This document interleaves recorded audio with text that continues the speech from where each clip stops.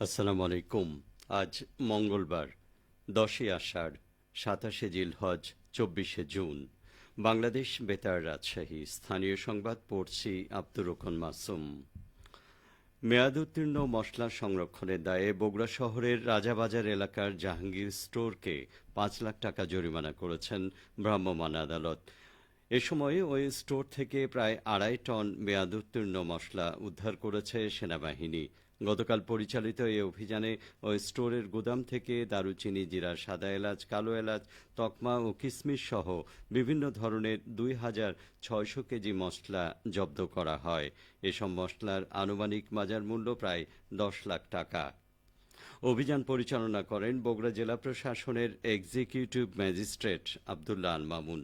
তার সঙ্গে ছিলেন ভোক্তা অধিকার সংরক্ষণ অধিদপ্তর বগুড়া জেলা কার্যালয়ের সহকারী পরিচালক মেহেদী হাসান এবং বাংলাদেশ সেনাবাহিনীর বগুড়া সদর ক্যাম্পের incharge lieutenant Fahad. Magistrate Abdullah Al Mamun বলেন, গোপন সংবাদের ভিত্তিতে অভিযান পরিচালনা করা হয়। উদ্ধারকৃত মশলাগুলো দীর্ঘদিন ধরে গুদামে মেয়াদোত্তীর্ণ অবস্থায় রাখা ছিল। এগুলো জনস্বাস্থ্যের জন্য মারাত্মক ঝুঁকিপূর্ণ, তাই এগুলো জনসম্মুখে ধ্বংস করা হবে। বগুড়া পল্লী উন্নয়ন একাডেমি আরডিএতে কৃত্রিম প্রজননের মাধ্যমে জাত উন্নয়নের সমস্যা ও করণীয় শীর্ষক দিনব্যাপী কর্মশালা অনুষ্ঠিত হয়েছে। গতকাল আরডিএর সম্মেলন কক্ষে অনুষ্ঠানের আয়োজন করা হয়। অনুষ্ঠানে প্রধান অতিথি ছিলেন আরডিএর মহাপরিচালক ডক্টর এ.কে.এম. অলিউল্লাহ। আরডিএর পরিচালক প্রশিক্ষণ মোহাম্মদ ফেরদৌস হোসেন খানের সভাপতিত্বে কর্মশালায় বিশেষ অতিথি ছিলেন কৃত্রিম প্রজনন দপ্তরের পরিচালক কৃষিবিদ মোহাম্মদ শাহজামান খান। এ সময় স্বাগত বক্তব্য দেন আরডিএর যুগ্ম পরিচালক মোহাম্মদ খালিদ আওরঙ্গজেব। কর্মশালায় ক্যাটেল গবেষণা ও উন্নয়ন কেন্দ্রের কার্যক্রম উপস্থাপন করেন আরডিএর উপপরিচালক ও AI lab incharge doctor Masrufa Tanjin. প্রাণী সম্পদ অধিদপ্তরের উপপরিচালক পরিসংখ্যান ডক্টর মোহাম্মদ শফিকুর রহমান মূল প্রবন্ধ উপস্থাপন করেন। পাবনার সুজানগর উপজেলার ক্ষুদ্র প্রান্তিক কৃষক ও শিক্ষার্থীদের মাঝে বিনামূল্যে গ্রীষ্মকালীন পেঁয়াজ বীজ, ধান বীজ, রাসায়নিক সার ও বিভিন্ন ধরনের গাছের চারা বিতরণ করা হয়েছে। গতকাল উপজেলা কৃষক প্রশিক্ষণ কেন্দ্রে এসব বিতরণ করা হয়। উপজেলা কৃষি কর্মকর্তা কৃষিবিদ রাফিউল ইসলামের সভাপতিত্বে অনুষ্ঠানে প্রধান অতিথি থেকে মূল প্রবন্ধ উপস্থাপন করেন উপজেলা নির্বাহী কর্মকর্তা মীর রাশেদুজ্জামান রাশেদ। এ সময় উপজেলায় প্রায় ২,৫০০ জন ক্ষুদ্র প্রান্তিক কৃষক, কৃষানী এবং শিক্ষার্থীদের মাঝে বীজ, চারা ও সার বিতরণ করা হয়।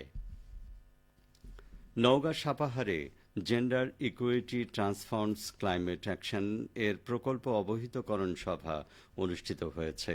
গতকাল উপজেলা পরিষদ হলরুমে বরেন্দ্রভূমি সমাজ উন্নয়ন সংস্থা ও ওয়েব ফাউন্ডেশন আয়োজিত সভায় প্রধান অতিথি ছিলেন উপজেলা নির্বাহী কর্মকর্তা সেলিম আহমেদ। সভায় মাল্টিমিডিয়া প্রজেক্টরের মাধ্যমে গেটকা প্রকল্পের বিস্তারিত উপস্থাপন করেন আয়োজকরা। এ সময় জানানো হয়, জলবায়ুর অভিঘাত মোকাবেলায় প্রান্তিক মানুষকে সক্ষম করে তুলতে নওগাঁ জেলার ৩টি উপজেলার ১৮টি ইউনিয়নে গেটকা প্রকল্প বাস্তবায়ন করছে। নাটোরে 4টি উপজেলা তুলা চাষিদের প্রণোদনা প্রদান করবে সরকার। এই লক্ষ্যে হাইব্রিড তুলা উৎপাদনে ৭৩০ জন তুলা চাষির অনুকূলে ৫৮,৪০,০০০ টাকা বরাদ্দ প্রদান করেছে।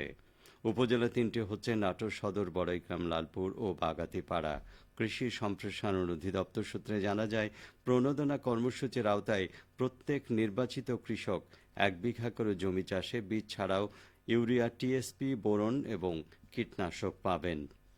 কৃষি সম্প্রসারণ অধিদপ্তর নাটোর জেলা কার্যালয়ের উপপরিচালক মোহাম্মদ হাবিবুল ইসলাম খান জানান, 4টি উপজেলা পর্যায়ে আগ্রহী তুলা চাষিদের তালিকা প্রণয়নের কাজ চলছে। তালিকা চূড়ান্ত হওয়ার পরে প্রণোদনা প্রদান কার্যক্রম শুরু করা হবে। আনন্দ উৎসবের মধ্য দিয়ে সিরাজগঞ্জে কাপ স্কাউটদের কাপ কার্নিভাল অনুষ্ঠিত হয়েছে। গতকাল শহরের পিটিআই প্রাঙ্গণে গ্র্যান্ড ইয়েল, প্রার্থনা সঙ্গীত ও স্কাউট পতাকা উত্তোলনের মধ্য দিয়ে দিনব্যাপী এই কার্নিভাল অনুষ্ঠিত হয়। বাংলাদেশ স্কাউটস সিরাজগঞ্জ সদর উপজেলায় আয়োজিত কাপ কার্নিভালের উদ্বোধন করেন সদর উপজেলা স্কাউট সভাপতি ও সদর উপজেলার নির্বাহী কর্মকর্তা মোহাম্মদ মনোয়ার হোসেন। সদর উপজেলা স্কাউটসের কমিশনার রেজাউল করিমের সভাপতিত্বে অনুষ্ঠানে সিরাজগঞ্জ সদর উপজেলা কাব লিডার মোহাম্মদ গোলাম রসুল সহ অনেকেই উপস্থিত ছিলেন। পরে কাব কার্নিভালের সমাপনী অনুষ্ঠানে কাব স্কাউটদের মাঝে সনদ, ক্রেস্ট ও পুরস্কার প্রদান করা হয়। খেলার খবর ফুটবল।